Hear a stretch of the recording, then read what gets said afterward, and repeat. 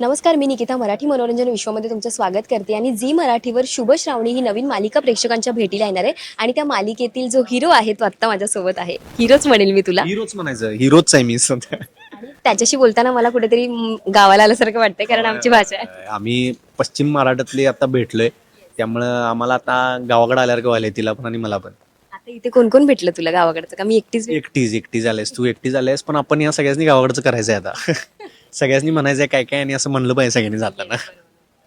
बरं, नवीन मालिका येते. किती एक्साइटेड आहेस तू? पहिलीच मालिका आहे. येस येस, नाही भारी वाटायला लागले. कारण काय होतं ना, जसं मी म्हटलं तसं की मी सिनेमा करून आलेलो आणि झी मराठी हे खूप पोचलेलं आहे. आता बघतोय ना आपण, त्यांचा जो काही मार्केटिंग स्ट्रॅटेजी आहे किंवा त्यांचा जो रीच आहे, ऑलरेडी लोक बघतायत, त्यांचे जे काही खरा प्रेक्षक वर्ग त्यांचा आहे, अल्फा मराठीपासूनच आहे त्यांचा प्रेक्षक वर्ग. सो त्यामुळं ना माझ्यासाठी हे म्हणजे असं आहे की ब्लेस्ड आहे आता सध्या मी, नशीब आहे, स्वप्न आहे. येस. घरी जेव्हा समजलं मालिका आली आहे आपल्या मुलाकडे, आई वडिलांची रिॲक्शन तेव्हा काय? आई वडील तर शेवटी काय होतं ना, त्यांनी जवळनं ही प्रोसेस बघितली ऍक्टिंगची, की आपण स्ट्रगल नाही म्हणायचं त्याला, पण ती प्रोसेस असते ना की ऑडिशन देणं, इकडं जाणं, मग मी लिहित पण करतो, काही लिहित पण होतो, डायरेक्ट पण करतो, ते बघतं. आता त्याच्यानंतर जेव्हा ही एक असा पडाव येतो ना की बाई सुमित, तू म्हणजे आपल्या मुलानं हे काहीतरी अचीव्ह केलंय, तर त्यांच्यासाठी ती खूप मोठी गोष्ट आहे. कारण माझ्या घरचं थोडंसं बॅकग्राऊंड वेगळं, माझी एक शिक्षिका होती, तो माझे वडील वकील आहेत. सो ते तसलं काय नाहीच आहे ना. मग त्यांच्यासाठी हे असं होतं की अरे पोरगं आमचं गेलं, कारण की आमच्या आत्या बित्त्या त्या मागं लागलेल्या असायच्या, का बघत नाहीस, म्हणजे का करत नाहीस, त्यामुळे आमचं असं होतं की नाही करायचं. त्यामुळे आई बाबा भयंकर खुश आहेत. बरं, मालिकेचा पहिला प्रोमो जेव्हा शूट झाला तेव्हा काय होतं, म्हणजे नेमकं कसं वाटलं? थोडं दडपण वगैरे आले? हो, नाही दडपण तर होतच. काय होतं माहितीये का, कारण की हा फॉर्मॅट वेगळा आहे एक तर तुम्ही, आणि मला दडपण याच्यासाठी होतं खरं सांगायचं झालं तर, कारण की मी म्हणजे आय थिंक मला डेट एक्झॅक्ट नाही आठवत आहे, पण मी आज फायनल झालोय, दुसऱ्या दिवशी लुक टेस्ट, तिसऱ्या दिवशी मी प्रोमो शूटला गेलोय. सो माझ्यासाठी होती अरे थांबा, मी लँड आत्ता केलंय, मला ते काढू द्या जरासं. नाही ते म्हणले तू तुझे कपडे दुसरे कपडे घालून. सो त्यामुळे ना ती प्रोसेस ॲब्झॉर्ब करायला मला टाइम मिळाला नाही तसा, त्यामुळे थोडंसं दडपण होतं.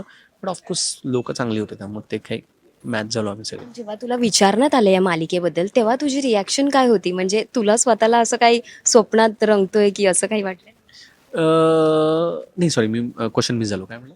जेव्हा तुला मालिकेबद्दल विचारण्यात आलेलं आहे की बाबा झीची मालिका त्यात तू लीड करणार आहेस तेव्हा तुझी रिॲक्शन? माझी रिॲक्शन खरंच खतरनाक होती. कारण काय झालं, झी टॉकीची मी ऑलरेडी फिल्म केलेली आहे, पक्या पिंकी साहेब नावाची, त्याच्यामध्ये मी लीड काम केलं.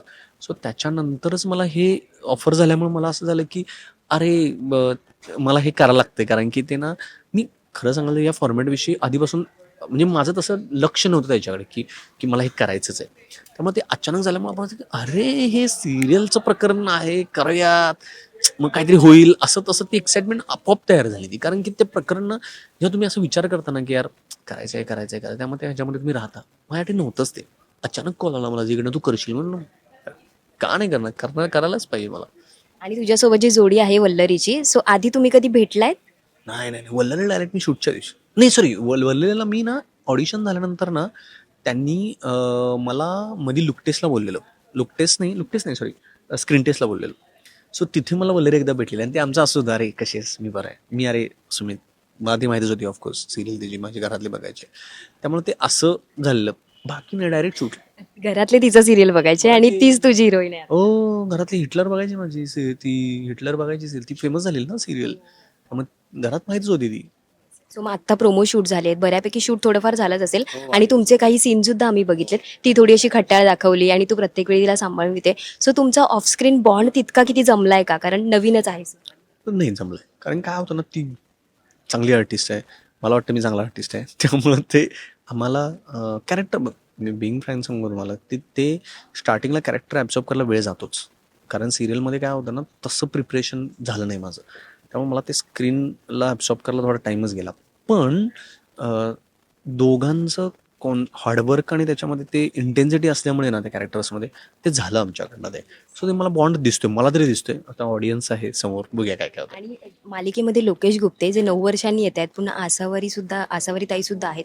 सो जेव्हा तुला समजलं की इतके दिग्गज कलाकार मालिकेमध्ये आहे तेव्हा तुला काय वाटलं? मला खरं सांगू का, मला माहित नव्हतं. जेव्हा सिलेक्शन झालं दुसऱ्या दिवशी मला तुम्ही लुक टेस्टला बोलला, तिथं डायरेक्ट म्हणलं. सो माझ्यासाठी मोठं, कारण मी त्यांचा ना, मी आसावरी मॅडमांचं वेगळीच गोष्ट बघितली आहे जी मला माहित नाही, म्हणजे सगळ्यांनीच बघितली असणार आहे. ऑफिस नावाचं त्यांची एक सिरियल आहे, ती लईच भारी सिरियल होती ती. सटायर म्हणजे त्याचं एक कॉमेडी ही होती ती. सो त्यामुळे त्यांची मी ती बघितलेली आहे. लोकेश रांधूमध्ये मी काम बघत आलेलं असतं. त्यामुळे मला असं झालं की भाई ये सिरियल तो अभी हे वाजणार सिरियल 100% हे गाजणार सिरियल, कारण की ना तुमचे पिलर स्ट्रॉंग असतात ना, तुम्हाला लेयर्स आहेत प्रत्येक कॅरेक्टर, त्यामध्ये ही सिरियल गाजण्यासाठी. त्यामुळे मी एक्सायटेड झालोच त्यावेळेला. सो मग काही जेव्हा सिरियल आली तेव्हा अशी काही वेगळी तयारी केलीस की बाबा आता नवीन मालिका, त्यात मी हिरोचा रोल कर.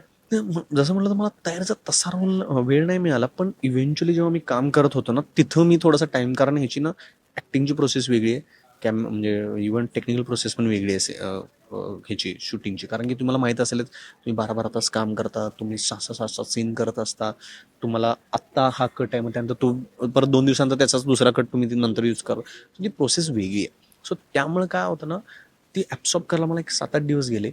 पण तयारी तर मला ॲक्टिंगची थोडीफार, तुम्हाला मॉड्युलेशन थोडं ड्रामॅटिक करायचं आहे, थोडंसं आवाजामध्ये हे असलं पाहिजे, बेस असलं पाहिजे, कॅरेक्टर तुम्हाला थोडंसं, ते कॅरेक्टर असं नाही आहे जे माझं ओरिजिनल कॅरेक्टर आहे की असं तसं, ते असं कधीच कॅरेक्टर बसणार नाही कोणासमोर. कॅरेक्टर असं बसेल, ते असं कॅरेक्टर आहे, हो मी बरोबर आहे ना. सो ते कॅरेक्टरची तुम्हाला ती बॉडी लँग्वेज आणावी लागते ना त्यावेळेला. सो ती तयारी माझ्याकडनं केली गेली.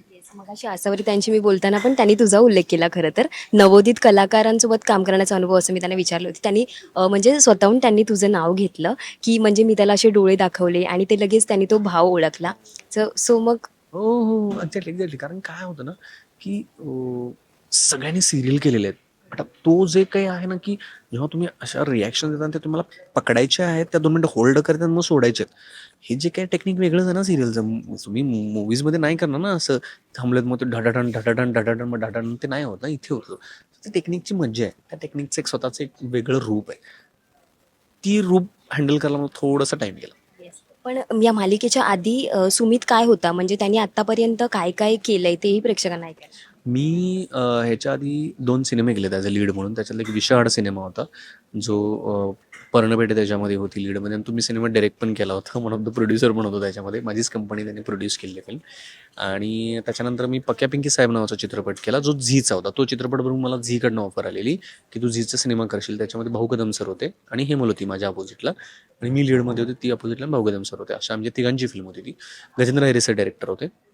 आणि त्याच्या आधी माझा अशी छोटीशी अशी बॅकग्राऊंड आहे की मी लिखाण पण करतो, आणि मी एक रियालिटी शो डायरेक्ट केला आहे. इंडियाचं डिजिटल शेफ नावाचा मी एक रियालिटी शो आहे संजीव कपूरांचा, तो यूट्यूबवर आला, तो मी डायरेक्ट केला आहे. सो माझी तशी पण एक छोटीशी बॅकग्राऊंड आहे. पण येस, हे आहे माझ्या आतापर्यंत. कलाकाराच्या आयुष्यातला स्ट्रगल तुझ्याही वाटायला. हो हो हो.